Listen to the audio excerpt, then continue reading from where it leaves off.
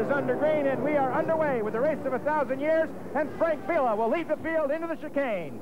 Villa takes over the lead going into turn number 1. Everybody else so far has gotten the way through. This has become a tricky piece of the racetrack. A lot of people using the curb as best they possibly can to carry as much speed as they can onto a straighter piece just behind it. So far, though, the Audis are 1 and 2, the Panos cars 3rd, 4th, and 5th, then the 2 Cadillacs, and then we've got a couple of Lolas back there, one powered by a jet engine, another with a Ford. And behind that, the GTS competitors, the 91, 92, and then the 61 cars. So they are holding station as they started, and we'll be waiting to see what's happening in GT as soon as the cars come into frame for us. But out front, it's Frank Villa, chased by Alan McNish, David Brabham, then Johnny O'Connell, and Jan Magnussen. It's 2 Audis and then 3 Panos machines. Now let's ride with one of those Panos machines, Australia's David Brabham, and this will give you some indication of what it's like in this 600 horsepower V8 monster.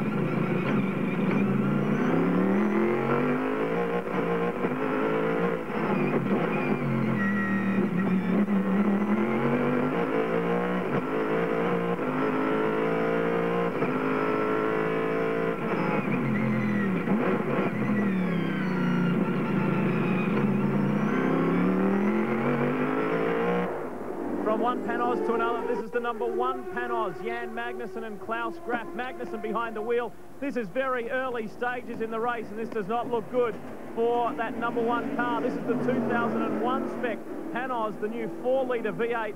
It's a magnificent race car, but the team are working hard to develop it. They've been working hard throughout the year to have it ready for the race of 1,000 years, and some problems early on.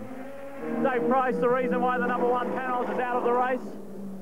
We've had an alternator drive failure on it, which we've had a couple this weekend now, and we haven't got any more bits to replace it. And then, of course, the battery goes flat, the engine starts misfiring, and that's it. No doubt it's disappointing, very disappointing for you. Yeah, it's been a hard weekend with that car, but we'd hope that we might get a bit further than this. But there you go. Yeah, it is disappointing. We're 11 minutes into our race, 7 laps altogether. Frank Villa, the race leader in the 78 car, the 77, and really pressing him hard is Alan McNish. If anybody could drive this fast with a sore back, imagine how quick he could be if he was 100%. McNish in the 77 car runs second by 55 hundredths of a second, that's all. Now, we've got a battle for GT developing too, with a 2 Dick Barber cars side by side and a pass. Dirk Mueller has passed his teammate Sasha Masson and taken over the lead in the GT category. The pass happened then right behind it's a 3-car battle actually, Jim, as it's Lucas Luhr, Sasha Masson, and Bill Auberlin in the number 10 car are nose to tail in the GT category, and they'll be coming down the Brabham straightaway very, very shortly. And now, bad news for the 37 car. Vic Price bringing the Porsche onto the road. It looks like it's going to fly down. Had a problem with the right front suspension. David Addison has more. The car has just limped into the pit lane. Now, the team is lucky because their pit garage is at the very far end away from your booth. In other words, it's one of the first garages that you get to in the pit lane. But certainly it's a right front suspension problem. Rob Sherl, who's Certec Mechanics accruing this car, is there. He's trying to get it just to roll a little bit further so they can work on the car. Now, it's struggling even with the momentum, this car. It does limp another length or 2. But it's either hit a curb or hit some other car, but certainly that front right suspension is badly broken. The wheel, as it's lifted into the air, sort of drops rather forlornly back into the right alignment. The wheel's going to come off, but I can only assume that he's bit a big high curb somewhere and broken the suspension. Coming down the front straightaway again, the race leaders have done a tremendous job over the past 4 corners, getting around the 2 BMWs running in very, very close proximity. The 6 and 7 cars, respectively, didn't want to make room and let the race leaders go by, but the race leaders kind of found a place for themselves nonetheless. The difference between first and second changes by 1/100th of a second, in spite of the fact that they had to deal with some traffic along the way, and they've got even more traffic in front of them now as that battle between first, second, and third in GT looms up ahead. and this is the second time that they have come through this battle. So you can see just how quickly the Audis are lapping this 2.3-mile Adelaide Circuit. And again, they are moving very easily through these front runners in the GT category. So the drivers, Lucas Luhr, Sasha Maassen, and Bill Auberlen, certainly are doing an excellent job of being aware of what is going on around them besides the battle that they're in. As Lucas Luhr has pulled out a bit of a lead, he now has about a 10-car length lead over Maassen in the 51 car, and Maassen has his hands absolutely full of Bill Auberlen in the number 10 BMW. Sasha Maassen doing a tremendous piece of driving there. Not only making rub, we've got a battle for the lead. Alan McNish makes a move on Frank Biela as they were coming up on the 37 car. Alan McNish dives underneath Frank Biela, and he will lead the race of 1,000 years the next time by. So 24 minutes in as they are running lap number 17. It has taken him 17 laps, but Alan McNish has now climbed to the top of the leaderboard in the Audi number 77. And now the difference between first and second is 9/10 of a second. The difference between Frank Biela and Alan McNish the last time around was about half a second. Now this time they go by. McNish has already got a 1-second advantage over the second place Frank Biela in the 78 car. It'll be interesting to see how much he can stretch that out, because it really was apparent that Alan McNish seemed to have a quicker way around the racetrack than Frank Biela, who was immediately in front of him, and maybe hold him up just a little bit. We'll, over the next couple of laps, find out exactly how quick Alan McNish really is.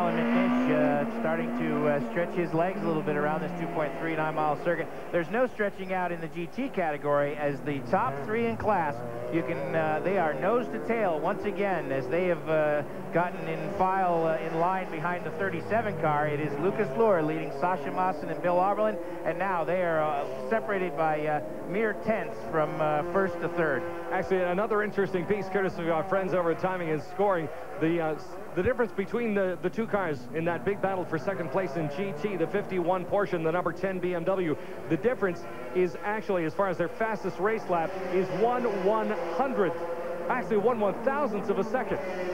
And Sasha Maassen is 1,000th of a second faster so far. Trouble on the racetrack for the number 69 car. That's the Kai Wankum, Joe Foster, and Jeff Pabst entry. Got a little sideways coming into the final corner of the circuit, back onto the front straightaway. A quick little spin, and we've seen a dozen spins just like it, because everybody tries to carry as much speed as they possibly can. Got the car righted and is back underway once again. However, the 69 car runs 22nd overall as a result of that spin, some 40 seconds out of the lead in GT. As far as the overall placings are concerned, it is two Audis followed by the two Panos cars. It's McNish and Biela, 1 and 2, followed by David Brabham and the American Johnny O'Connell in the number 2 car. Emmanuel Collard is running well inside the top 5, just ahead of this car we're riding with now. Mimo Schiattarella running in 6th position. GTS, it's Olivier Beretta running 9th outright. He leads the way, and the GT leader doing a marvellous job inside the top 10 is the Dick Barber Porsche of Lucas Luhr. 13th outright and some 4 laps down, as Boris said, in the BMW M3. The two Sky Racing Porsches are 18th and 19th respectively, ahead of another Australian, Ray Lintott, running 20th and 3rd in the GTS class, and all the way back in 25th and some 30 laps down, that number 1 Panos of Jan Magnussen.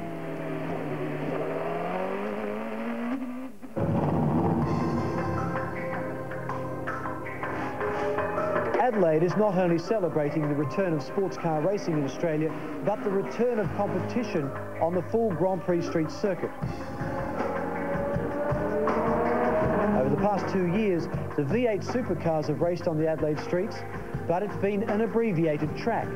The race of 1,000 years is the first event on the 3.8-kilometre circuit since 1995.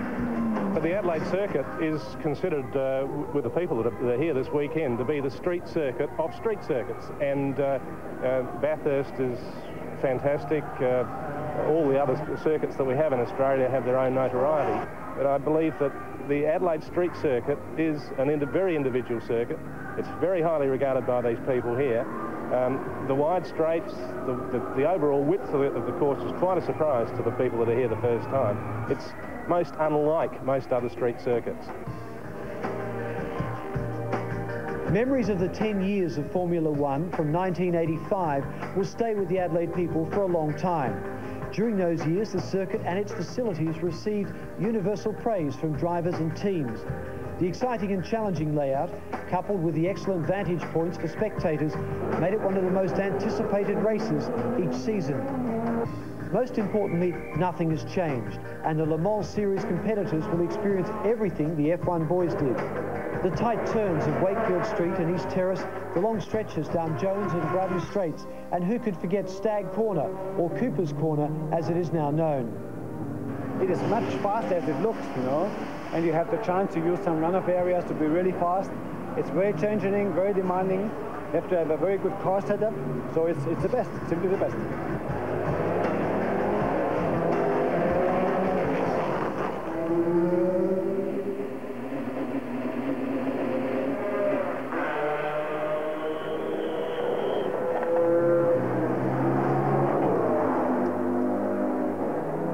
Well, the question of could Alan McNish last the distance has been answered. He is staying in the car. He's done more than the required 25 laps. His back must be okay. He is double stinting. Now, the other Audi didn't need a new set of tyres. Will 77. The new boots are standing there just in case. Ronaldo Capello has his crash helmet on. He steps forward saying, can I have a go? And Alan, I think, is pretty happy in the car for the time being. This is my toy, says McNish. I'm going to stay in it. They've refueled it. And that is all that they've had to do. Alan McNish is going to go out and do another stint. And on the same set of tyres. This is a heroic drive.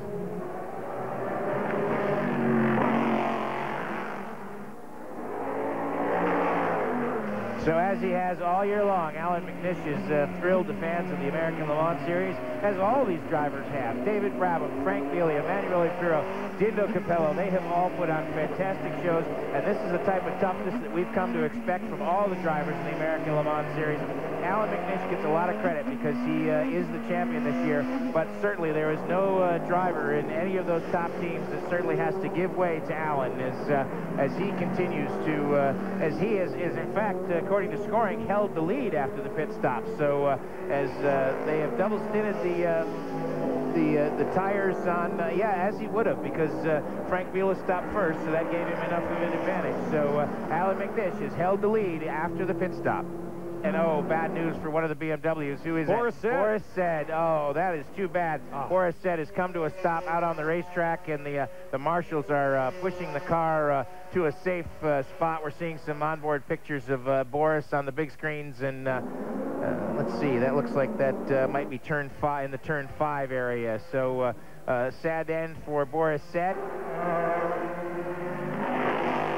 We've had a near coming together on the racetrack, and it looked as though one of the GT cars got in the way of David Brabham and forced him to run the wide wire railway around a corner here. We'll have to take a look and see if we find out exactly who it is. He ends up on the curb and just narrowly avoids putting that number 12 Panos into the concrete, gets the car twisted around and back out onto the race circuit again. But a very, very close call for David Brabham in the third place, 12 Panos a moment ago. Yes, and he not only did he get up on the curb, but he did have a coming together with that Porsche, and he did a heck of a job to not completely spin that car around. That was some pretty fancy driving. He's gotten back underway, but now Alan McNish is just absolutely all over the Panos number 12 and is threatening to put David Brabham a lap down, and that would be a tough break because we are just at the 1 hour, just 5 minutes past the 1 hour mark. It'll be interesting to see if we can, this lap time as far as Alan McNish, it really looks as if Alan McNish is quite content at this pace.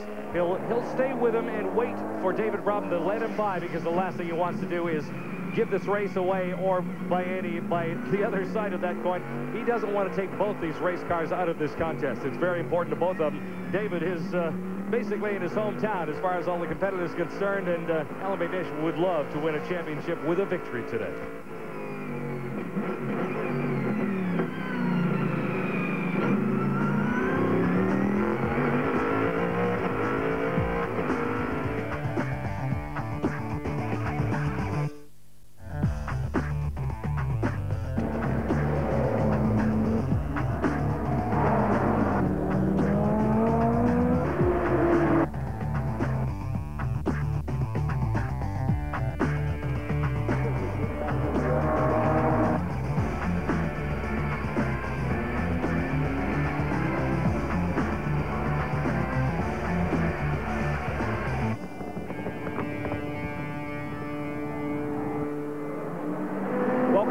As far as the top four are concerned, nothing has changed. It's still Audi, Panos.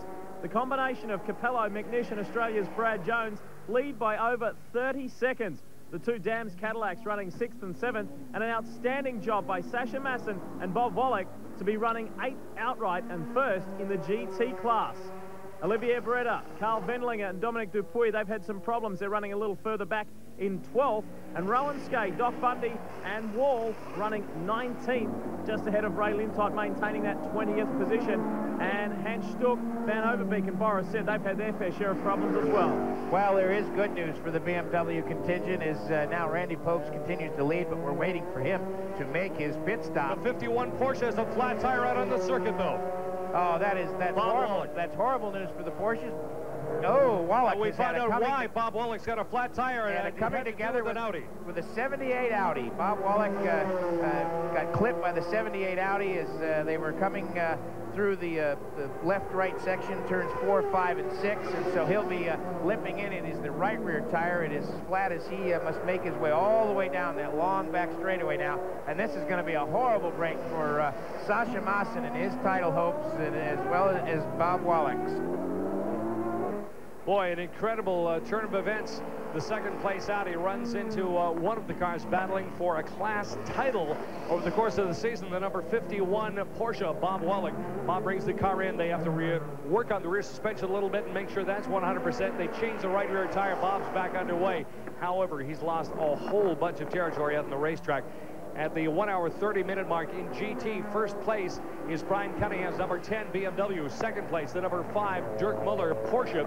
That car runs 35 seconds behind. Some other teams not having a tremendously good day today, and actually one driver in particular, David Brabham, knows his way around the track here in Adelaide more than anyone else. Unfortunately, there's some people that he tries to get around from time to time, don't know it quite as well, and have used David as a bit of a traffic marker, and once again, as we watch a car spinning, and from the look of it, maybe in front of David Brabham's number 12 car, indeed does so. The number 15 Porsche has spun. Randy Wars has committed a spin, and the 2 Panos has just slid off the racetrack. Johnny O'Connell makes a little miscue out in the racetrack too. David Brabham's had a near coming together and almost a spin in one portion, and his teammate Johnny O'Connell does likewise. The Panos squad 3rd and 4th so far after 1 hour and 35 minutes. Not having a great day today, still running, but really having a tough time of it thus far.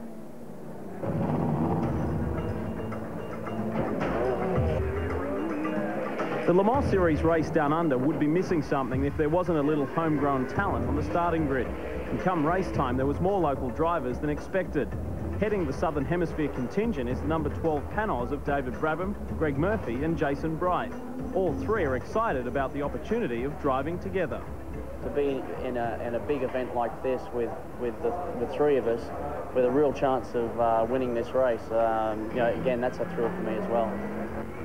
These things stretch their legs. Once they stretch their legs, they're going to be doing close to 300k down Brabham Straight, and coming down to a first gear hairpin, you know, from that speed, it's going to be a lot like the old Formula 1 days. I'm very privileged, you know, Murph and I are very privileged to have such a good guy in the car with us.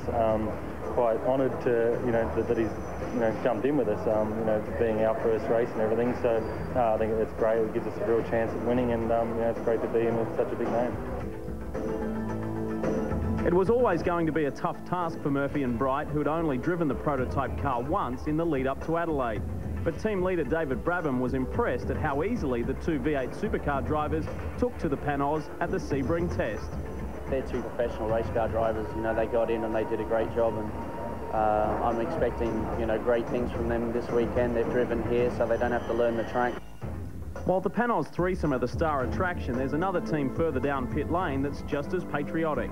Perth's Rowan Skay has campaigned 2 Porsche GT3s in the GT class all year, and to finally compete on home soil is a dream come true. It's sensational being here. This town's got such a reputation for motorsport around the world, and we're just delighted to be here. Skay is competing at the race of 1,000 years with fellow Aussie Des Wall and American Doc Bundy, while the second Skay Porsche is manned by the British combination of Johnny Molam and Richard Dean. The idea of running an international team in a foreign series is something he's wanted to do for some time. The World Championship, effectively, of endurance sports car racing is the ALMS series, and we really wanted to be part of that. It's a full professional program. It goes on the great tracks around the world, including Le Mans, and it was the pinnacle, and we decided that that's where we wanted to be. And ensuring there was at least one Australian in each of the 3 categories, Sydney automotive dealer Ray Lintott is again driving with the British-based Chamberlain Racing in the GTS class. The team consists of South African Steve Watson and the Venezuelan Milka Duno. Lintott believes he has the best of both worlds, as Watson is fast and Milka isn't what you'd describe as your average racer. I sat with her today and for an autograph session for an hour. It was just amazing. I mean, everybody comes up to her, including the ladies, and say, wow, you make us proud. You're a woman doing all this fun stuff. Guys wanted to kiss her. Unbelievable. And she obliged. Other Australians competing in the race of 1,000 years include Alan Heath in the prototype class and Darren Palmer and Christian de Gosten in the GT category.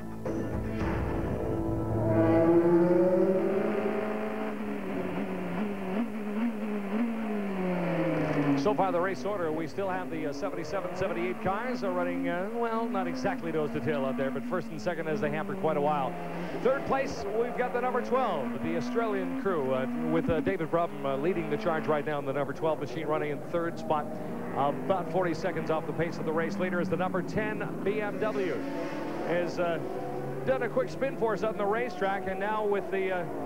Actually, they've actually got the... Yeah, I think it's a bigger problem than the spin, Jim. He is slowed, and that's coming off the left-hander, turn 9, before the long trip down the back to the Brabham straightaway here. And indeed, he has clouded the curves. Oh, all 4 wheels. Ooh, my. Right in front of Frank Biela. The number 10 car with Brian Cunningham behind the wheel went all 4 wheels over the curb at the chicane, got all 4 wheels off the ground, and he is...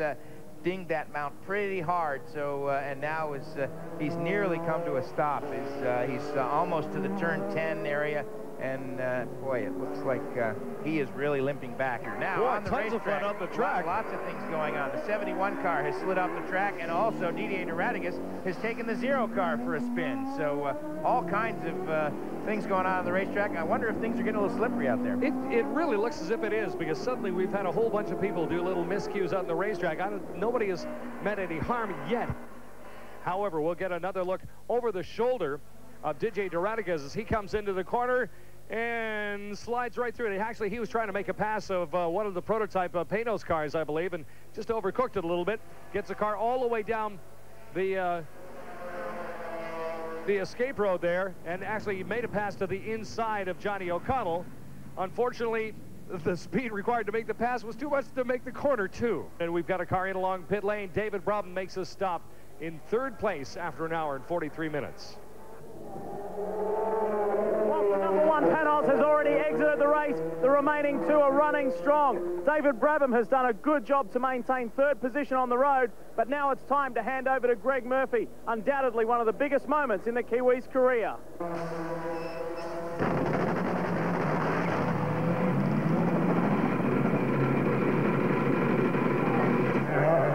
Murphy hits the number 12 Panos back out onto the racetrack in third position behind Magnish and Biela. Now the number 2 car has made an appearance on pit road. It looked like a routine pit stop. Yeah, Rocky Kato got aboard. Was climbing aboard. They looked like they were going to change all 4 tires, as now the 10 car has finally limped his way around and is coming onto the front straightaway, as we're getting a replay on the big screens that Johnny O'Connell had gone straight off into the runoff area, and then he came into the pits. So now there is a problem for the number 2 car. Now, as far as that number 10 BMW that's finally made its way back down along pit lane, it's in along that pit lane and is being backed into the garage area, which doesn't necessarily mean that their day is done. It does, however, mean that if they get the approval of the officials, it means that the entire team can go to work to replace that half shaft if they choose to do that. So, as we understand it, Brian Cunningham, the number 10 BMW in along pit lane, back into the paddock area now, inside the garage. And the Prototype Technology Group team will have the opportunity to change what has sounded like a broken half shaft. They're removing the back wheels, so it looks as though that is the case. They'll try to get the 10 car back out again. Well, he'll probably be able to get back out onto the racetrack. As we look at Alan McNish just absolutely lock up all 4 wheels as he, at the end of the long back gravel straightaway, as he was going by the 51 car and one of the BMWs, McNish getting up just a little bit too hot as he now goes down the front straightaway and enters the chicane. So Alan McNish is still on the gas and almost a little bit too much on the gas. Well, David Brabham, at the 2.5-hour mark of this 6-hour race, you're the only Panos car that hasn't experienced problems. Yeah, I mean, the car's running pretty good. I had a couple of close calls out there when I was driving around, but, you know, I'm trying as hard as I can, and we don't have as much grip as I would have liked, and we just can't have any answer yet to the Audis they're flying. And how about Greg Murphy? He's just taken over. He's doing a good job. Yeah, Greg's got into it very quickly, and he's doing a fantastic job. So, you know, if we can just maintain this pace, you know, if we get on the podium, I think that's a great result. A little bit disappointing to see the other 2 cars the way they're at. Oh, for sure. You know, I mean, this is a team effort, and you always want to see all cars doing well. And, you know, it's racing, it happens, but it is a shame.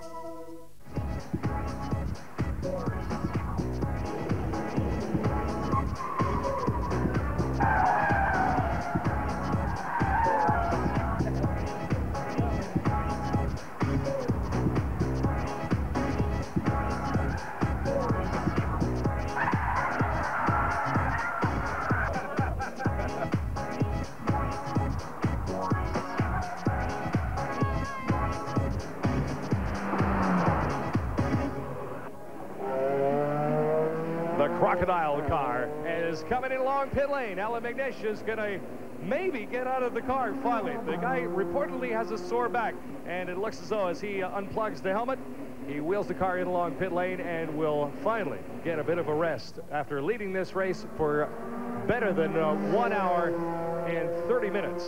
And it looks like Dindo Capello is going to get behind the wheel. David Addison is there. And that's right, Renando Capello is getting into the car now. Alan McNish gets out. Brad Jones ushers him across now. Oh, Brad leaps into the car as well. So Dindo walk round the side of the car, and I think Brad is helping with the belts, isn't he? Saying to Alan, come on, get into the garage. So Alan McNish, because of his bad back, can't really do very much to help in terms of bending over into the cockpit. So Brad Jones there, crash helmet on, leaps into the car, helps to grab in Dindo Capello. They've done the refueling. Now they're going to try and put the new tyres on the Crocodile Audi. And Ronaldo Capello, who crashed that car this morning at the end of the warm-up, is going to go out on track now for his first stint in the race. Brad Jones disappears back into the garage. We'll go and have a word with Alan McNish as soon as we can. In the meantime, though, the tyre change being effected on Audi number 77. It's back on the ground. The engine will fire off in a moment. The headlights are on. Now the car goes back down the pit lane. Ronaldo Capello takes 77 Audi back into the race. And does so in first place, does not lose first place. He was a minute 24 in front of the second place Frank Villa number 78 car, which we expect along pit lane momentarily. Dindo Capello is the race leader now in car number 77, and we hope to have a little chat with Alan McNish, assuming that Alan hasn't gone for a quick lie down after driving the car for 2 full stints in the 78 Audis in along pit lane. Well, Alan McNish, you've answered everyone's question of whether you can last the distance. The next question is, how is the back? The back's not too bad. Basically, I've been stretching for the throttle pedal a little bit, and it's a bit tense down the back of my leg and across my backside, and that's what I'm trying to stretch it out at the moment, but it's difficult because I'm trying to stretch it without hurting my back. I had a couple of moments on the circuit, especially at the beginning, when I think I was maybe more nervous and tense of hurting myself when I hit a bump and things, but generally it wasn't a problem. The car actually was very balanced, and that made it a bit easier. We will see you get back in later tonight. I don't know, that's the doctor's decision at the end of the day. Obviously, I would like to win the race if I can, and Dindo's having a good run at the moment, so you know, I think we're in a reasonably good shape. I've got to have clarification from our doctor, and also, if necessary, from the medical doctors of the circuit, that I'm in a position to do that.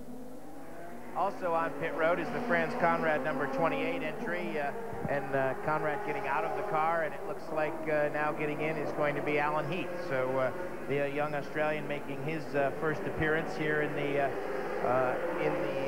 race of 1,000 years in Adelaide.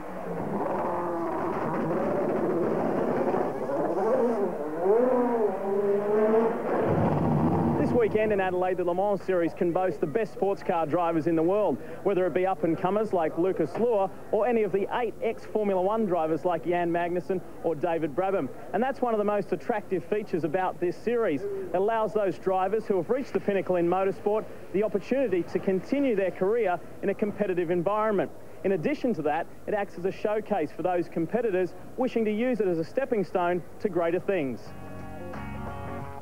Thanks to Don Panos and his guys, he's bringing the sports car series up, you know. We don't have a similar series in the world. So the manufacturers like BMW, Audi, Porsche, Panos, you know, like Chevrolet and also the Vipers, you know, they can show their ability in this kind of racing series. So that's very thankful. And I hope that we can also pay back Don Panos by giving him a good race. I still enjoy motor racing a lot and drive a racing car, like I always did, even immediately after my Formula 1 time when I was out of Formula 1, because I still like motor racing very much, and I still like to do it for a long time, and so it doesn't matter really in which championship I am, I enjoy it, and I'm happy to be here. Formula 1, its drivers and Adelaide will always have a never-ending love affair, and there is an association between F1 and Le Mans Adelaide. The street circuit's proud history is firmly built around the F1 days of the late 80s and early 90s, and some of the drivers from those days gone by have returned to South Australia a little older and in very different cars. You know, before coming back you don't really have, you remember but not exactly every single point, but after lap 1, you know, everything comes back into your mind, and it was like I stepped out on the car the day before, you know, so it's been a good feeling.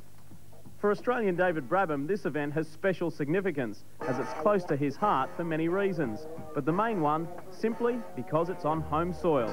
It means a lot to me, I can tell you, because, you know, I've raced here a few times, and 2 times in Formula 1, and, you know, I would have liked better circumstances when I was in Formula 1, but that wasn't to be, and I'm here now with a competitive team, and I've seen the team grow from when I was there 4 years ago, when it was very, very, very small, and no one ever heard of the name Panos, and you know, for the last 4 years I've been involved in the development of the team, and for me that's a big part of why I go racing as well. So to be here finally in good shape is great. Legendary racer Hans Stuck never had the opportunity to race Formula 1 in Adelaide, but Carl Wendlinger and Mimo Schiatarella did compete on the street circuit and have positive memories. However, none of the crop of drivers in South Australia this weekend enjoyed the success Emanuele Pirro did. He is the only one to have scored a Formula 1 World Championship point on the famed circuit. For the track, for the ambient, for the memories, for the people, for the, you know, all around of the championship, because it's good to be in different countries, and this place has always given me really nice memories and feelings, and I'm really happy to be back here. As far as the race score is concerned, the big mover has been the Judd-powered Lola of Mimo Schiatarella, Didier Duradigues and Norman Simon. They've moved up into 4th, putting Cato and O'Connell back to 5th. Running 6th outright and leading the GTS class, Beretta, Wendlinger and Dupuy. Australian Alan Heath is in there with Conrad and Slater doing well, 7th outright as well. The Sky Racing Porsche, the sole remaining one of Johnny Molam and Richard Dean, running 14th outright and well placed in the GT category. Then we have some more Aussies, Palmer, DeGosted in the Racers Group Porsche in there. Then we get back to the retirements, and that list is growing. Greg Murphy in the Panos has been doing a brilliant job here in the race of 1,000 years, but it hasn't all been smooth sailing. Earlier, Greg went in a little bit hot. Whether he had some brake problems or not, we don't know, and he turned the Panos around. Fortunately, the Kiwi was able to keep it off the wall. You can see him there looking to the right at the concrete wall, but there's plenty of runoff at certain sections of this Adelaide circuit, and Murphy did a very, very good job there to pull it up, turn it round, and keep it off that concrete wall. Greg Murphy now coming up on Hiroki Kato in the number 2 Panos. Don Panos, the man, the boss, keeping a watchful eye on Murphy, but he won't be too harsh on Greg. He knows how tough this kind of racing is. The Olive Garden Lola slows out on the racetrack. The number 28 Lola goes by, and Norman tries to limp that car back this way, and we'll try to find out what has happened. If this team has any luck at all, it's bad luck. Oh, boy. They have been, every time they have gotten to bed. Oh, the right front tire just exited flew. the race car. Yeah, it just flew off the racetrack at the entrance to turn 9. So Norman Simon with a near miss, and you can see on the big screens that the course workers have fetched. Marshals have a new table. Yeah, they a new coffee table. They fetched the tire, and so now Norman Simon is limping on pit road minus his right front tire. So he will come in for service. They will probably change all 4 tires. They will refuel him, and that will put the car obviously off schedule with everyone else, as they are checking over the right front suspension just to see if there is any lingering damage. The same kind of problem that happened to the Audi team at the end of practice tonight, as one of the wheels decides it doesn't want to play anymore and exits the race car. The lug nut, you can see the lug nut come off the tire as the tire kind of just exploded off the right side of the car. And now he's coming along pit lane. They put a new tire on it and say, no, you go ahead, drive as fast as you can. Everything's fine, go for it. Yeah, the wheels fall off from time to time and have fallen off other vehicles, but don't let that bother you. The Audis are 1 and 2. The Panos 12 car runs 3rd. The 0 Norman Simon car back out on the racetrack after having replaced the right front tire is running 4th. 5th, Charlie Slater in the 28 car. The prototypes are 1st through 5.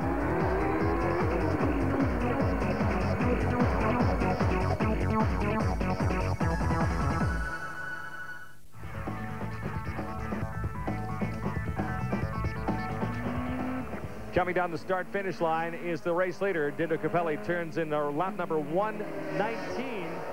Emmanuel Lepiro is about a minute behind, almost exactly 1 minute in rears the 78 car, and then we get to the number 12, which is the local favorite. The car with the 78 car stopped out in the circuit. Emmanuel Lepiro has had some contact with the right front corner of the number 78 Audi, and he has stopped on the circuit. Emmanuel Lepiro's rough weekend continues.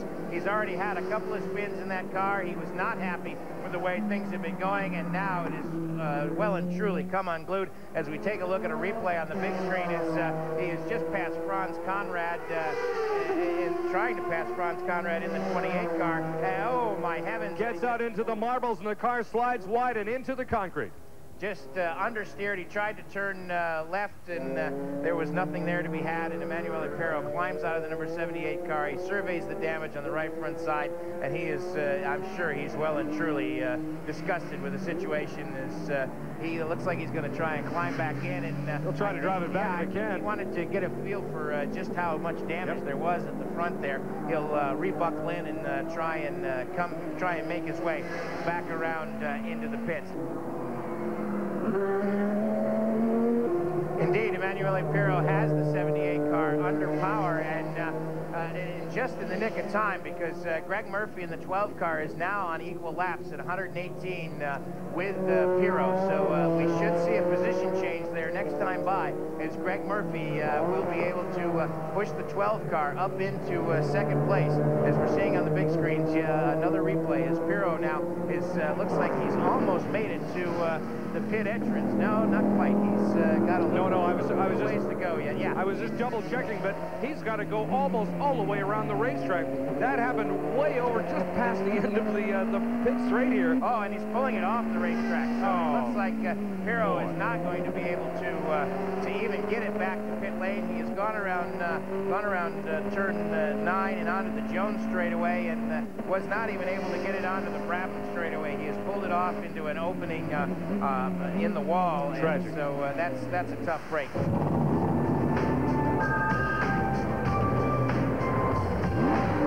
Regular categories of Nations Cup and GTP were also on the bill in Adelaide. They were combined to form one class known for this weekend as the GT Touring Challenge. One competitor keen to do well was Mark Noske in the Ferrari 360. He had originally been part of the Panos team for the race of 1,000 years, but a late change of plans saw the Victorian miss out. Away they go. King gets away beautifully. Noske will slot into second spot. Winston Kim in third. Noske's already through doing Greg Keane in the first of the right-handers as we head on through the S's. Oh, the battle is well and truly on for fourth and fifth. Rod Wilson has now taken Mike Downard, so the Ferrari has got through on the Porsche GT3. So it looks like now that Wilson has moved himself up to fourth spot. Rusty French now out in the Sky Zans. Dodge Viper back out onto the track. Clips a couple of curves as he brings this big car, 1,500 kilos, around this Adelaide Street Circuit. Mark Noske in car number 4. Give him a round of applause, folks, as he takes his win to win the Grand Touring Challenge here at the Adelaide Race of 1,000 Years. Away they go, the first of 12 laps, and a great start too from Dr. Greg Keane in car 21. He's grabbed the lead from Noske, down out up to third. Look at the Viper of Rusty French already into the top 5. Tremendous start from him too. Down through turn 1. The first dozen or so cars through pretty safely, one up over the ripple strips now. Great performance too from Rusty French up to third now. The Sky Sands Dodge Viper doing a tremendous job. Rod Wilson in car 24. The second of the prancing horse Ferrari 360s behind him on the road. Then Mike Downard in the Porsche GT3. Looks like Steve Krantz there. We actually got Peter Boylan turning the Honda Integra Type out around there and just getting a little note to say hi from Steve Krantz. And of course, Rusty French, a cagey old bugger, Craig. I mean, he's been around motor racing circuits for probably 30 years in Australia, and he's driven everything from some of the most exotic Porsche cars that you could possibly ever dream of, and in fact still owns a couple. He's been touched and turned around. So he was touched by Rod Wilson and turned around coming onto the main straight. Now we'll light up the V10 8-litre and chases off after Wilson one more time. Then Cave on screen at the moment in car 27, the Challenge Recruitment BMW. Now he would be leading the sports touring class, so a good performance from Cave. We see Morecambe and Gazzard, also Massoni and Floyd all follow one another off, coming onto the main straight. Must be the fast line out there in the grass. I've been there and it didn't work for me. The 25-year-old Melbourne hotshot comes on to take the main straight for the last time. Give him a round of applause, folks. Mark Noske takes the checkered flag and makes it 2 out of 2 here at Adelaide this weekend. The 91 Viper comes on pit road. This will be a routine pit stop. Olivier Beretta will take over from Dominic Dupree. So Beretta making his second appearance of this race out on the Adelaide circuit, and that team has been running pretty flawlessly. I don't want to jinx them, but they have, after struggling to come to grips with this racetrack in the first couple of days, they have certainly done quite well today when it has really counted. The 70 cars being stopped and pushed now behind the wall. Hopefully not a big problem. The 91 Dodge Viper heads back out onto the racetrack now after routine service. Bit of a problem refiring the car. Olivier Beretta loses first spot in GTS to Nia Morum. The 92 Viper takes over that spot. The 92 machine is now 6th. The 91 car is 7th. And then the first of the GT cars, Lucas Lohr in car number 5. If memory serves me right, that's the first time that the 92 car has actually been in the lead. Nia Morum able to get that car out there. One car that's been going exceptionally well today is this one. Whoa! It now runs on. That's Norman Simon, the German driver, who has come into Team Raffinelli for this weekend for the race of 1,000 years. We go on board with Simon. Now this is coming around. You can see the corporate area there to the side. This is right behind the pits. And Norman Simon has just brought that up short of the wall, trying to bring it out. Team principal Gabriele Raffinelli will be scratching his head, wondering what has gone on there. And I'm sure Norman Simon is as well. The 12 car has come to a stop on the circuit. Greg Murphy has stopped the number 12 Panos. It looks like it's almost the same place in the race circuit, except he didn't get it stopped in time. You're absolutely right. I think he is in the exact same spot in the race circuit. And those folks didn't get Norman Simon as a dinner guest, but they almost got Greg Murphy. So they have now pushed the car off the tire wall, and he has got it going again. He's backed it out. It looks like he's going to be able to keep going. Now, you might say, well, wait a minute, he's getting some assistance, which is contrary to the rules. But in fact, if the car is in a dangerous position, they can get him out of the dangerous position, but then it's his responsibility to get the car back to the pits. As we take a look at a replay, Jim. Identical place. As a matter of fact, I don't think he left new tire marks. He used the ones that Norman Simon had left earlier. So we watch the car sneak up on that corner once again at a high rate of speed, hard on the brakes, and the car just goes straight. It doesn't want to turn anymore.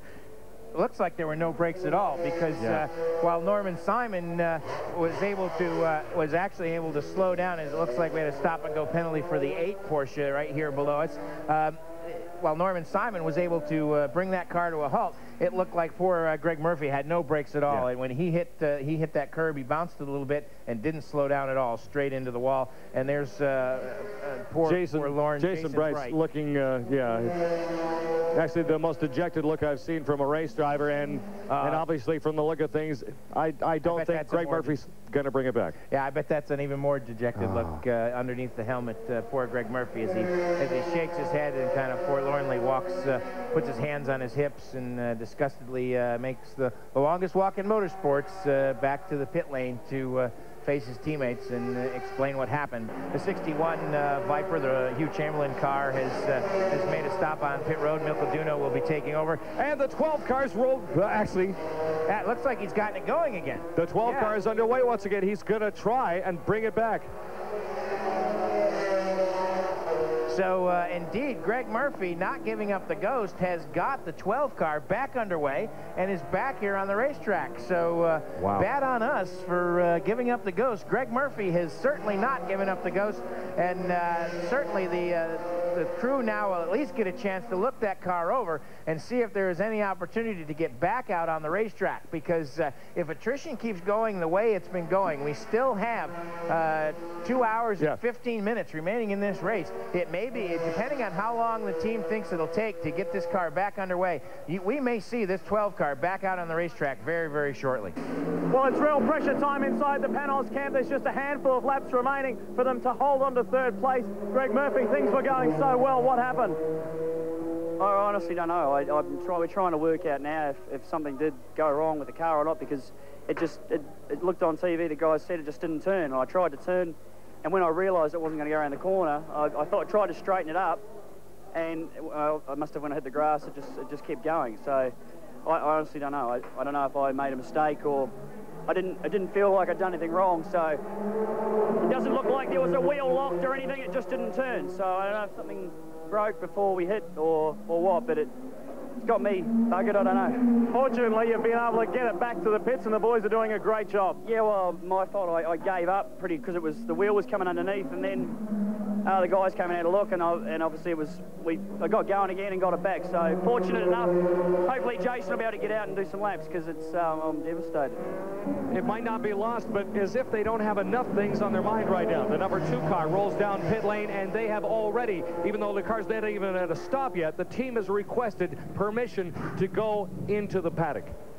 The number 2 car is going to get wheeled back, and from the look of it, they're going to have to work on the brakes.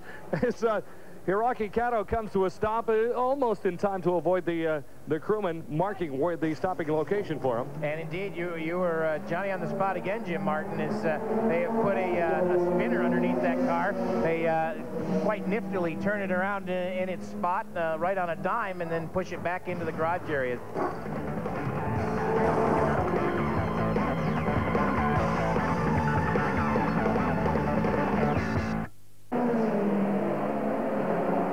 Past the 3.5-hour mark of the race of 1,000 years from Adelaide. Still out front, Nino Capello, the number 77 car. His teammate, Alan McNish, look as though things have gone, in spite of the back problems of Alan over the course of the weekend, about as well as they'd have dared hope so far. But Dindo Capello has had his fair share of problems so far this weekend, too. A big crash in the morning practice today. The team did a great job of making sure the car was 100% for the start of the race. Allen fell back behind his teammate, Frank Villa, right at the start. But after about the first hour, said, all right, I think I can be a little quicker than you are, and promptly waltzed away into the lead, and it's been that way ever since. Nemo Schiattarella has just taken over the Zero car. It's had its refueling part of the pit stop completed, and now some new Michelin tyres are going on the Raffinelli Run Lola. Nemo Schiattarella, who's raced here in F1, is going to take the car back out into the race. Well, they're a long, long way behind the surviving Audi, but you never know in a race of this length. They could be on for an even better finish, but that would require some bad luck to go the USWT way. The engine fires up, and that's the roaring noise of the F1's arrived. Judd engine sets off now down the pit lane. Back into the race goes the Zero car, and also Peno's number 2 has just emerged from its pit garage. All right, so the number 2 Peno's car is once again wheeled into the pit area, this time with a new driver aboard, and I can't help but imagine that Johnny O'Connell is hoping the team's done a great job with the brakes, because it really appeared as though Hiroki Kato had his hands full, not only getting around the race circuit in anything close to a quick order, but bringing the car to a stop in pit lane was a bit of a challenge from the look of it, too. It looks as though they're on the verge of getting the number 28 car, in spite of the fact that they had to rebuild a whole bunch of bodywork this weekend into a podium finish position. The 0 and 28 machines, both the teams having to work double jeopardy over, or double duty over the course of the weekend to make sure the cars were 100% after coming into contact, some off-roading with both of those machines. The 0 car with a bad transmission, differential rather, the 28 car with some bodywork damage, and both of them look as though they're in for a podium finish as it stands right now.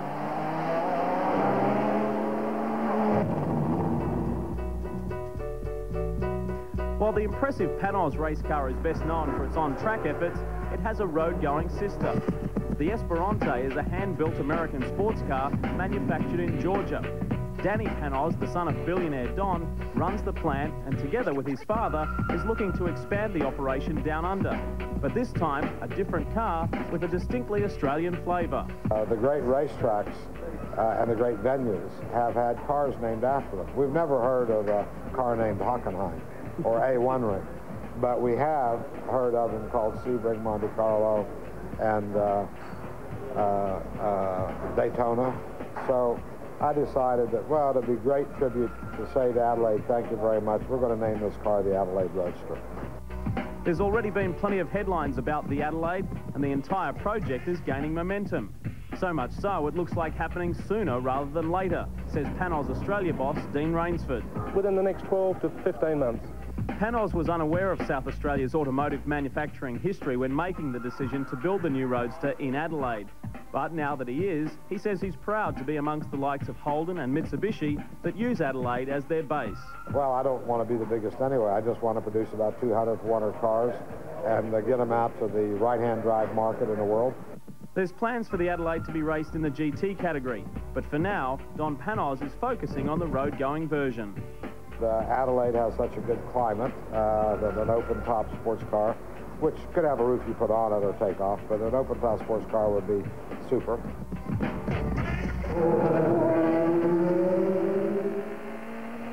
The 77 Audi continues to run like clockwork, but all sorts of misfortune has befallen everyone else out on the race circuit thus far. Who knows, it may be their turn sometime soon. As far as GTS, the 91 and 92 Vipers are running 4th and 5th respectively, with 132 laps each turned in. As we watch the cars go by, I believe there's about a 40-second gap between the two. The 91 car with Olivier Barretta aboard, Jean-Philippe Biloc in the 92 machine running right behind him in 5th place. Then we get to the fastest of the GT cars, Lucas Lohr in the number 5 Dick Barber Porsche GT3R. Runs in 6th spot. Again, another one of the teams that has had a pretty much trouble-free outing thus far. And the number 10 car, Bill Oberlin, the BMW has come to a stop, and he's deliberately stopped it in pit lane, which means that they're going to have to rescue him, which is pretty sharp as far as I'm concerned. Bill Oberlin stops the number 10 car and waits for the crew and the safety people to roll up behind him. They're going to push the car back into pit lane, and that's exactly where the crew could take a look at it and hopefully cure whatever ails the number 10, which was the third place GT car, Bill Oberlin. It looked like we may have had, there was some smoke coming off, and then maybe he lost the engine in it because maybe he lost the engine or something in the drivetrain. Regardless, it didn't want to play anymore from the look of it, and to the point where he almost looked as if he tossed the car sideways to get it slowed down for that corner. Randy Pobst has moved into second place in GT, and the 78 car slows out on the circuit one more time. It looks like he may be back underway. It looks like Emanuele Pirro has effected at least some repairs to the car, and he too has gotten back underway. So not to be outdone by Greg Murphy. Yeah. Emanuele Pirro has been quietly working on the 78 cars. It was parked along the long back straightaway, the Brabham straightaway, here at the Adelaide Circuit, and now he has got the 78 car back underway. And you see it flopping pieces of bodywork as he goes up on the curb right in front of the 28 car. Oh, what a close moment. You know Franz what? Conrad. Actually, originally he got back in the car, and it looked as though he was going to try and drive it back this way, and it appeared as though he got it about halfway and gave up, which isn't Emanuele Pirro's style at all. On the other hand, it also gave us a view, courtesy of our big screen TV work here. It's not just the front suspension that's broken, it's the rear suspension as well, and the car was in all sorts of serious difficulty, but he's managed to get it back together again, and in spite of the fact that it has two wounded corners, not just one, Emanuele Pirro is going to try to bring that car now in along pit lane. The 78 out is coming back. They may make a race out of this one yet, or at least give it a good old try. With only 90 minutes remaining in the race of 1,000 years, Alan McNish has taken the wheel, the number 77 Audi, in what's been an amazing turnaround of events. The little Scotsman looks like driving all the way to becoming 2000 Le Mans champion. He has now slid down inside the car, and it looks like indeed Dindo is belting him in, and Alan McNish is certainly going to certainly acting like the champion that he is today. And I know the Australian folks, if they don't have enough to cheer for, of course, everybody's going to take a deep breath and hope Alan does well as he heads up, sore pack and all, and the race leader onto the race circuit one more time. If you want somebody to believe in, ladies and gentlemen, as far as our Australian crowd's concerned here in Adelaide, the number 12 car of Jason Bright crosses start-finish line, and he is 10 laps out of a podium finish, 10 laps behind car number 28. We'll keep you in touch with that one as it goes. As far as that one goes, too, Jason Bright in car number 12. The Panos back out on the circuit, turning its first lap at speed. Jason Bright is in 10th position in the 12 car, 10 laps behind the 28 car.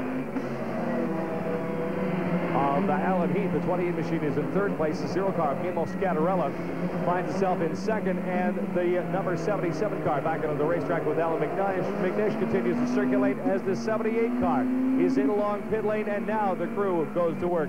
Another Herculean effort is going to be called for.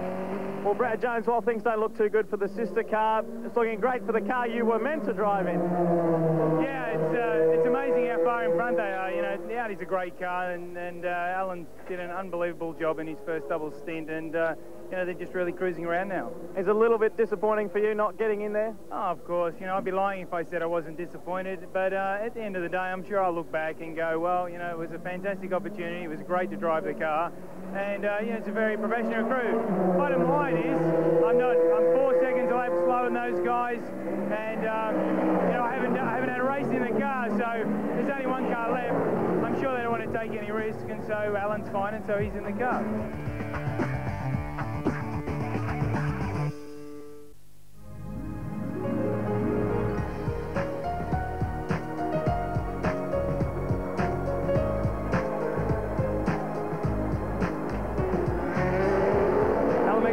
Still a race leader. The 77 car completed 173 laps, 9 laps in arrears as Mimo Scattarella in car number 0. The 28 car runs in third spot now. Then we get to the first of our GTS Vipers. The Team Orica Vipers now led by Carl Wendlinger. The 91 car is 4th. The 92 Viper of Neomorum is 5th. 5th and 6th is the number 5 car of Dirk Muller. Right behind him, Randy Pobst. The difference between those two cars is 1 lap. Dirk Muller has a 1-lap advantage over Randy Pobst in the 30 Westward Ho car right behind them, and slowly moving up the charts, and they moved up 1 notch since we talked about them last. The number 2 and 12 Pano's cars, Johnny O'Connell's number 2 car is up to 8th place. The Jason Bright number 12 machine is up to 9th. Those two cars are running within 10 seconds of each other. And I would imagine Johnny O'Connell is trying to set the pace that he hopes and Jason Bright will desperately try to hold on to and maybe make some inroads into a podium finish.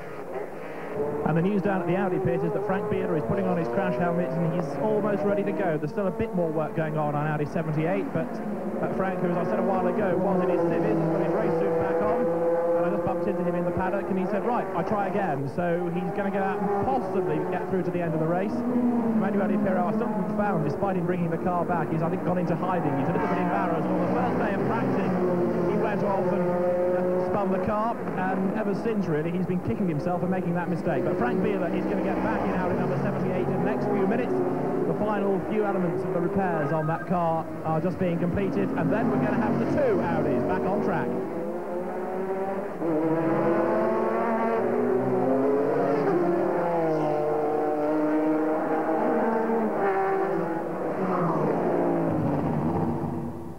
The Le Mans cars weren't the only ones providing entertainment on the track. There was a packed program of support racing as well. The sports sedans events always promised to be action-filled, and they didn't disappoint. Queensland's Kerry Bailey was the early leader, but the real battle was for second between Mick Monterosso in the number 2 Ford Escort and Jeff Barnes' Pontiac Trans Am. Their battle reached a crescendo when Barnes pushed a little too hard. While the front runners were dicing, reigning national champion Tony Ricciardello was charging. The Perth youngster started last and soon found himself in a brief 3-way battle for the lead. Ricciardello was simply too quick. He overtook Bailey and Barnes and went on to win after starting from way back in 35th place. That win was rewarded with pole position in the second race, but the celebrations were short-lived when a start line problem saw Ricciardello lose several positions once the lights went green. Up front, Kerry Bailey's 300ZX was a clear leader, while Barnes and Monterosso were battling with former V8 Supercar racer Darren Hossack in the Saab. Ricciardello suffered another setback when he ran off the circuit and was lucky not to roll his Alfa. Mick Monterosso's day wasn't going much better, his Escort coming to a stop after a frantic start to the weekend's second race. Brian Walden put on a show for the corporate boxes at the centre chicane, while Grant Mundy overcooked the Chico car. Darren Hossack's effort also came to an end with his Saab leaking fluid, ending his strong run in the top 4. The never-say-die attitude of Tony Ricciardello was remarkable. He again carved his way through the field after his early troubles, but ran out of time and was unable to catch the eventual winner, Kerry Bailey. And coming on to pit road is the leader in the GTS category. That's Jean-Philippe Belloc, bringing the number 92 car in, and Me Ameren is going to take over from Belloc. And now it'll be interesting to see. Carl Wendlinger was a lap down. This pit stop has put Wendlinger back on the lead lap. I wonder if he is going to be able to catch Ameren during this pit stop, or if indeed Ameren's going to be able to get the 92 car back out on the racetrack. And in fact, here he goes. So we'll have to see just how close Carl Wendlinger is now that the 92 car has made its stop. Yeah, we'll find out exactly. And there he is. Yeah, side by side into corner number 1. The 91 car is going to duck to the inside of the second corner. I just bet you money. Not yet. He hasn't gotten him yet. So the Ameren, there he goes. There he goes. It took him 2 more corners, that's all. He was patient. I'm sure Hugh DeShaunak would have been waiting for him with a wrench had he not been. Oh, and what some great pictures now. If you're around the circuit and you can watch the big screen, watch the brakes light up on these Vipers, these carbon Vipers. The darker it gets, the more nuances you're going to be able to see in these race cars. Sparks and flame and all kinds of stuff starts to fly off of them, and that's just the regular course of business. And that's the way it's supposed to be. Yeah, exactly. just now coming onto pit lane is the 61 car, the Chamberlain Viper, and Steve Watson has taken over that car from Milcaduno. So routine stop now as they're cleaning the windshield. They changed tires and refueled that number 61 car, and Watson will be getting back out onto the racetrack. And as Jim told you, they are just out of the top 10 in 11th place. They're 2 laps behind Jason Bright in the 12 car. So if any of those cars in front of them have any more trouble, that team will be in position to pounce and get a very harder and well-deserved 10th place or top 10 finish. Well, top 10 finish, and as it stands right now, unless something really dramatic happens, they're in for a podium finish as the sun slowly sinks into the west in Australia. He's probably going to win a championship. Dirk Muller in the number 5 car sits 6th overall in the GT, the Dick Barber Porsche GT3R. Boy, a tremendous job by that team, and a great job by Dirk and his teammate too, for that matter, to have that car up as high up in the standings as it has been. Lucas Lohr and Dirk Muller running in 6th. Randy Popson, his countryman, doing a great job there in that number 30 car, but he's got a lap between himself and Dirk Muller to catch up before he can have a chance at least winning the category tonight without having to say anything about the possibility of him winning a championship. Dirk's going to have to have some kind of a problem for Randy to have a serious shot at winning a championship today, the way things are going. And now Jim Martin, it looks like the Zero car has come on pit road. Didier Deratigas has jumped aboard, and Mimo Chettarella has gotten out from behind the wheel. David has moved down there. This looks like a protracted stop. Did they change the radio or something? I think what the problem was, Jim, was checking the front bodywork on the car, which seemed to be a little bit loose on the right corner. They got lots of green sticky tape out just to make sure that the bodywork didn't part company with the rest of the car.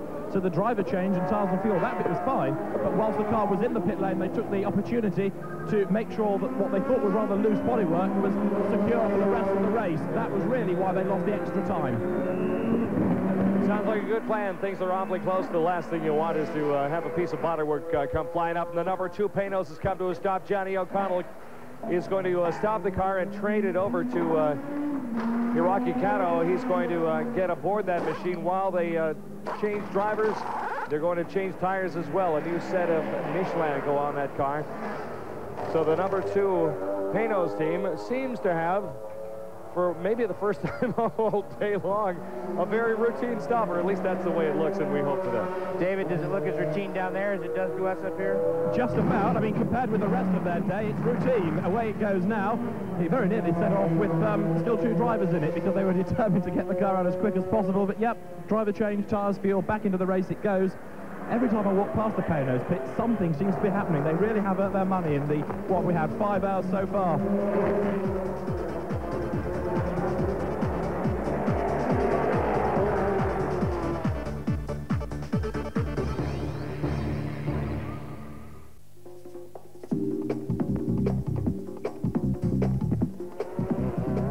Inside an hour to go in the race of 1,000 years here at Adelaide. Out front, Alan McNish, the 77 Audi, leads this one by 10 laps. Once again, 10 laps in front of Deratigas in the 0 Olive Garden car. The number 28 car, which is Franz Conrad's Ford-powered Lola.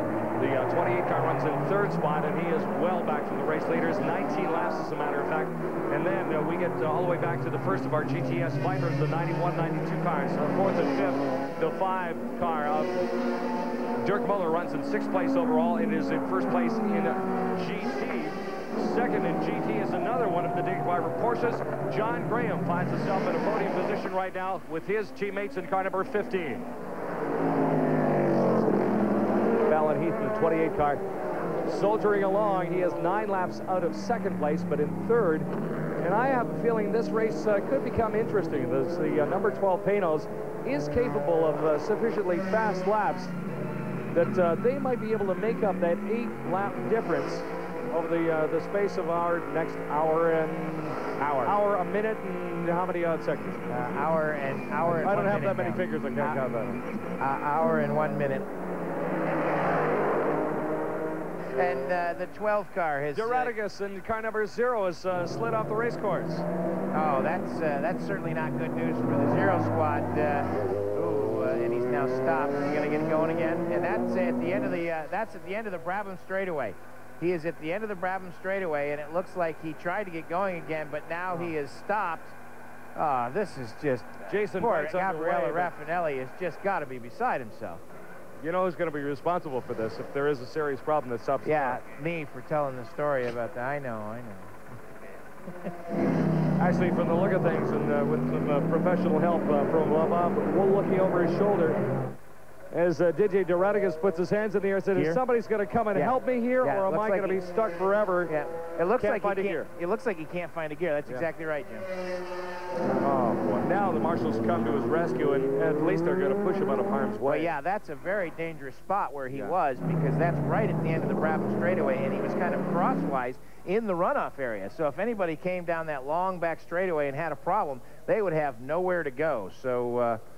This is just an absolutely horrible break, and while that was going on, Jason Bright has come in and stopped the 12 car and has now gone back out onto the racetrack. So, Jim Martin, you were absolutely right. You said that if they got it back in time, that they might just have a shot at a podium finish. And if this is a terminal problem for Didier Deradigas, if he can't find a gear with now just it looks like just under 53 minutes remaining.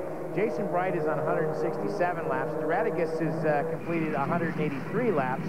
So we're looking at about 16 laps. And certainly Jason Bright will be able to complete more than 16 laps in the final 50 minutes of this race.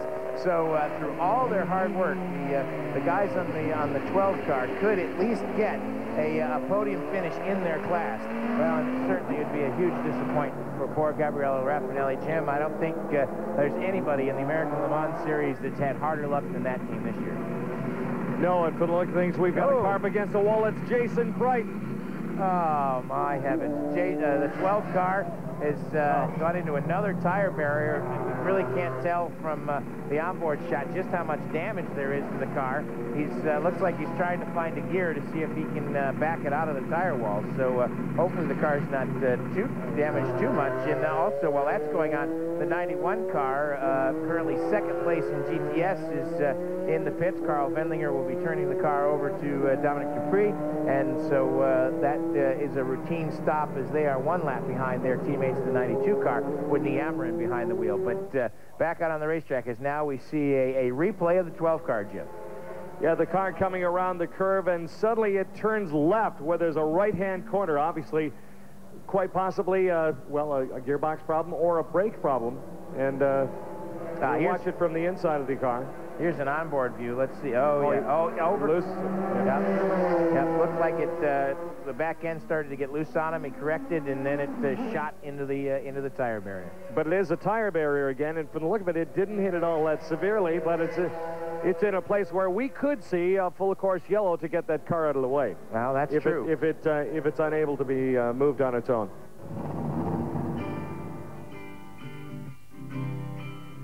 In its brief 2-year history, the American Le Mans Series has gone from strength to strength. It began with just 8 races, mainly in the United States, in 1999, grew to 12 in the year 2000, and now will be even bigger in 2001. We have venues scheduled for Europe, so there'll be a more complete European series next year, 6 races. We have our U.S. races in the box. Those are already announced. And we've added Malaysia, which will be next year the inaugural race of the Asian Pacific Series. There's a regular series going out. And we hope that Adelaide next year becomes the series championship, which is for all the winners of those various series to be here, or the top cars to be here to put on the season-ending series championship. The exciting news for the series is the support the manufacturers are giving. Several new players are about to enter the arena, although some are familiar names. Well, they keep coming out of the woodwork. We know MG's building a car, Bentley's building a car, Chrysler's coming with a new car, Volkswagen has a car. We've seen Dallara building a new Chrysler. So, yeah, I think that if you build it, they will come. And I think now that we've got venues and crowds, we can give sponsors a good return on their investment. It's getting world recognition. It's getting very high TV ratings compared to you know, our peers in this racing. I think we're outstretching everybody. I mean, of course, Formula One and NASCAR are big hurdles, and I don't pretend that we're going to match them. But for sports car enthusiasts and sports car people that like good racing, this is a show that I think will bring them out, and I think what we're seeing up to date has reflected the fans' reaction to this.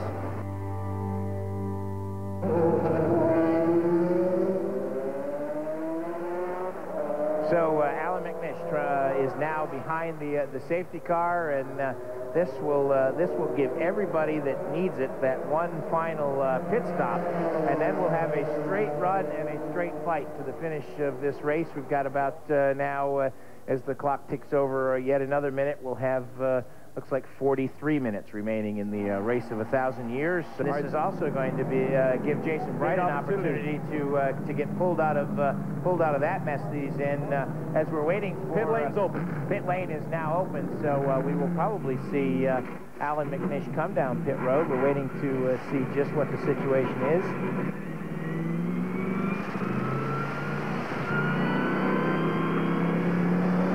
Safety car is, I believe, headed for, if not in the pit lane the next time around. So indeed, we should be. Oh, the green is out. It is. There it is. And we are back at speed with 35 minutes remaining in the race of 1,000 years from Adelaide, Australia. Our only caution so far in this event.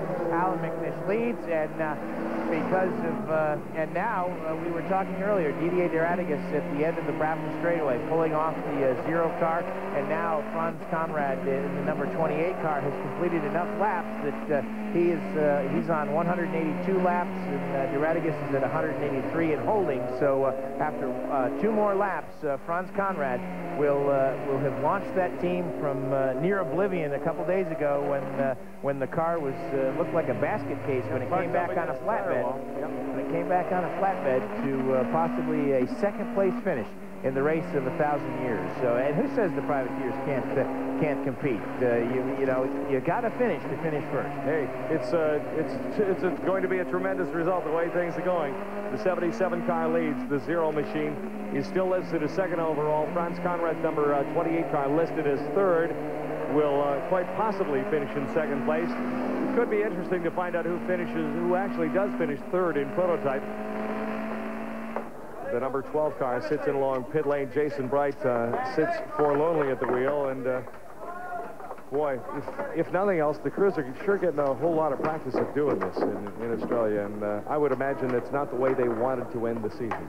Looks like they're working on some brake ducting and that sort of stuff. Probably what they're going to have to do, from the looks of it, is looks like they're trying to replace that front splitter. Is what's going on there in those pictures. Alan McNish in the 77 Audi, still a race leader. Franz Conrad driving his number 28 car, now runs in second spot. And the GTS Viper of Dominic Dupuis has moved up to third. And that's going to really mess up the victory podium stuff.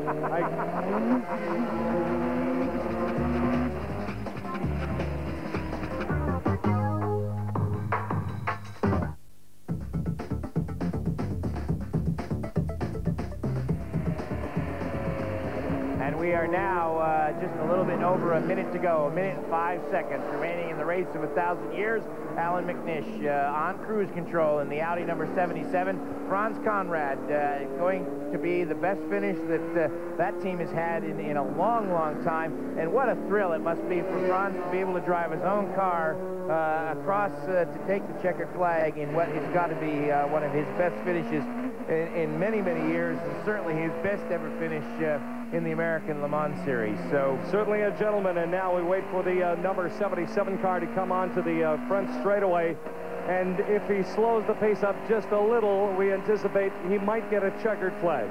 So 30 seconds remaining. 30 seconds remaining as Alan McNish cruises down the Brabham straightaway one more time, makes the right-hand turn onto and then the left into the racetrack, horse racing track portion of the course. In the straightaway that's behind the paddock area, the Audi crew and all the teams now heading out. It looks like the checkered flag is at the ready. We are at 10:01:02, and Alan McNish makes the right-hand turn onto the front straightaway. There's the checkered flag. Alan McNish wins the race of 1,000 years. for Audi, and he clinches the championship in the American Le Mans Series. Franz Conrad will finish second. We're waiting for Franz to come around, and the fireworks start to go off. And what a great moment as the 15 and 61 cars go by the second place in GT, as we're waiting for the third place car, the 91 car, to the winner in the GTS category. Jason Bright goes by. He gets a nice round of applause from everybody as he finishes our race of 1,000 years. And boy, there's another team that sure worked for it. It's not first, but hey, it's got to feel almost as good. Franz Conrad makes his way down the big, long straightaway as we watch some of the other cars come. Terry Borchler crosses the start-finish line. The 2 machine goes by as well, and there's our GTS winner. Dominic Duplessis in the 91 Viper takes the checkered flag and the win in class. The 5 car of Dirk Muller goes by, the class winner on the season. The 78 car flashes by as the Audis finish with both of their machines in spite of everything that's happened today. Dindo Capello, well done. You are the winner of a race of 1,000 years. Yeah, it was a strange weekend. Very difficult till this morning when I had a problem and we crashed very hard in the warm-up. But at the end, the result is fantastic, and win here and the last day of the year is the best thing we could ask. What a very special occasion for you. Yeah, it's for us, Christmas is today. The celebrations have already started for Audi Sport Team Yurst. What a performance and what a team, what a partnership. These two guys, Dindo Capello and Alan McNish, in the Crocodile car. They did not win the Le Mans 24-hour. They did not win Sebring, this particular partnership, but they have won the race of 1,000 years. And the crew members always so supportive of their drivers. And Alan McNish, what a job he has done today.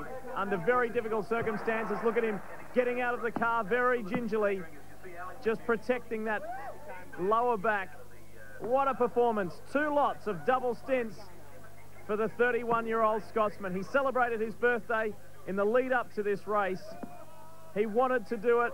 He did everything the doctors and physiotherapists asked of him to protect his back in the lead-up to the race, and it's been all worthwhile. Well done. Once he got into that car, there was no stopping him, and what a way to farewell the Le Mans Series as he moves to Formula One.